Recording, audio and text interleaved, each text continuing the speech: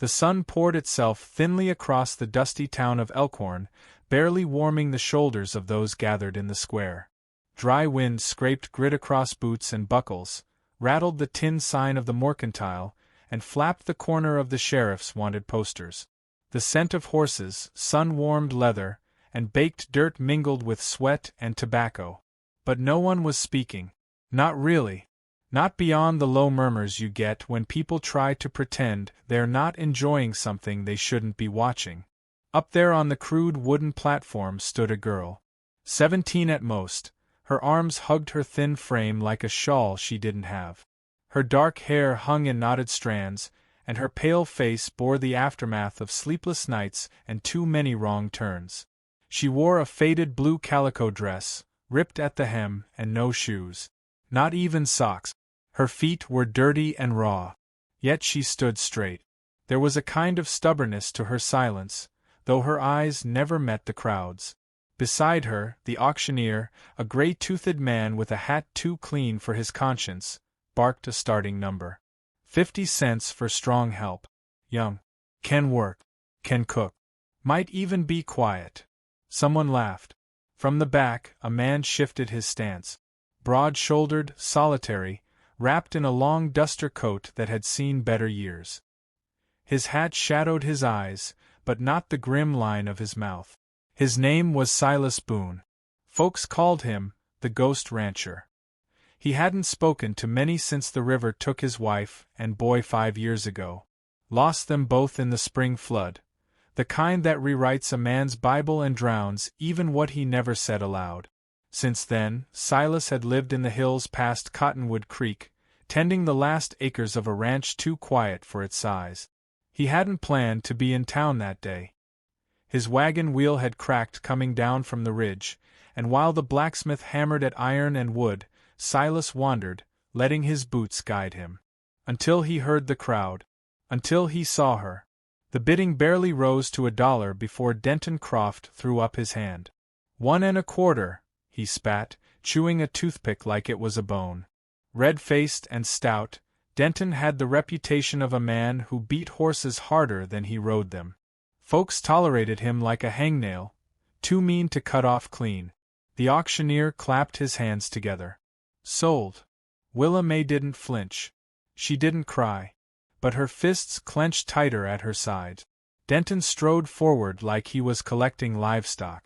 Come on, girl, he growled, reaching for her arm. When she didn't move fast enough, he slapped her. Open palm, hard across her cheek. The sound cracked through the square like gunfire. A gasp rose, then quickly died. Some women looked away. Others just blinked slow. Silas Boone stepped forward. He didn't shout. He didn't curse. He simply walked, slow, steady, like a man who knew what he carried in his silence. That girl, he said, his voice like worn wood, ain't going with you. Denton turned, puffed like a dog cornered by a wolf. Says who? Silas pulled a folded slip of paper from inside his coat. I've got claim. Legal. Paper from the county registrar. Says I can hire help as a live-in companion. Not a servant. Not chattel. Companion, with rights. The auctioneer blinked. You serious, Boone?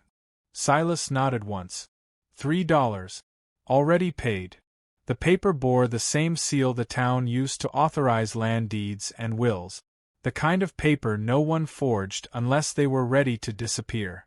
And Silas Boone didn't seem like a man interested in running. The auctioneer scratched his neck. Law says if she's of age and agreed, she gets the final say. Every eye turned to the girl. Willa's cheek was red, her lip quivering just enough to show she wasn't made of iron. But when she looked from Denton to Silas, she didn't hesitate. I'll go with him. Her voice was soft, rasped from disuse. But the words were loud enough to silence the square. Denton spat on the ground and stormed off, grumbling. Ghost Rancher'll regret it. She's too much trouble for any man. No one responded. Silas turned without a word and walked to his wagon. The girl followed. Slow, cautious, like a deer still ready to bolt. She didn't ask where they were going. She didn't ask his name. She just climbed into the back of the wagon and sat with her hands in her lap, eyes on the road stretching out toward the hills. They rode in silence for a long time. The town fell behind them like dust off a coat sleeve. The wind tugged at her hair, tangling it worse, and still she didn't speak. Silas didn't force it. He offered her a wrapped cloth of bread and smoked meat. She didn't eat at first, then took a small bite, then another. He glanced at her once, not long enough to unsettle her. "Cabin's behind the main house," he finally said, eyes on the road. "There's a stove. Clean linens. You can lock the door from inside." She blinked at that. Not gratitude, just surprise. "I don't expect nothing from you but honesty," he added. "You stay as long as you want. Leave when you don't." The road turned narrow, threading through pines that whispered when the wind caught them. The wagon creaked beneath them like an old lullaby, and the sun began to dip low, setting fire to the ridgeline. When they reached his land, she saw it wasn't much. Just a fenced spread, a house with sagging steps, a barn that leaned like it was tired of standing, and that little guest cabin, tucked beside a rock garden gone to weeds. He helped her down from the wagon but didn't touch her. Just pointed to the door. "Lights inside. Matches on the table. You'll find stew in the pot." She walked slow to the cabin, pushing open the door. Warmth met her, wood smoke and the scent of thyme. Not cozy, not yet. But not cruel either. She shut the door behind her, turned the lock, and stood still for a long moment. Then slid to the floor, back against the wall, breath shallow. Her hands trembled, and she didn't know why. Outside, Silas sat on his porch and struck a match. The flame lit the edge of his cigar, and for the first time in months, he didn't feel entirely alone. The wind howled once through the valley, tugged the clouds open just wide enough to let the stars blink through. And inside the cabin, a girl ate stew with her fingers, too tired to find a spoon, but not too broken to try. Willa rose early each morning, before the sun had stretched its gold across the hills, and wrapped her shawl tight against the chill that clung to the earth. She moved about the cabin like a shadow, quiet, deliberate, half disbelieving that the roof above her would hold through the night. She swept the porch without being asked, fetched water from the pump with calloused hands, and fed the dogs who wagged their tails without judgment. No one had ever taught her gentleness, but she gave it freely to the creatures who didn't ask questions. Silas watched her in pieces, never all at once. Through the window while she hung linens, from the barn door when she spoke low to the horse. She didn't smile often, but when she did, rare, flickering things, it caught him off guard. Not because she was pretty, though she was, in that unpolished, wind-swept kind of way, but because it reminded him of the sound of water returning to a dry creek. They didn't talk much, not at first. Their language came in small gestures. A mug of coffee left on the porch rail.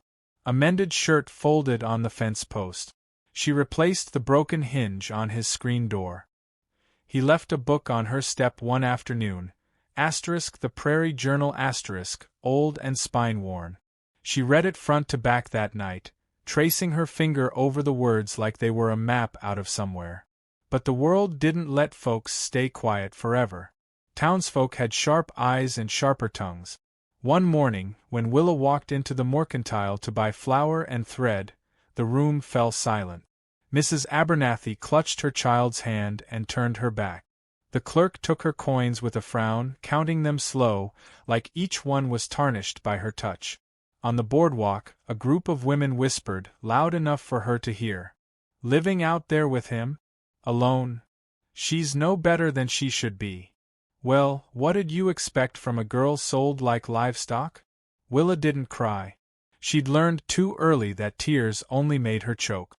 But when she got back to the wagon, her hands trembled so badly she dropped the reins twice. She didn't tell Silas what was said, but he knew. He knew by the way she avoided his eyes and stayed late in the garden that evening, pulling weeds long after the light had gone. Later, by the fire, Silas set down his coffee and said, simply, "I don't care what they think." Willa stared into the flames. "You should." He shook his head. Already done caring. People talked when my boy died, too. Said it was punishment.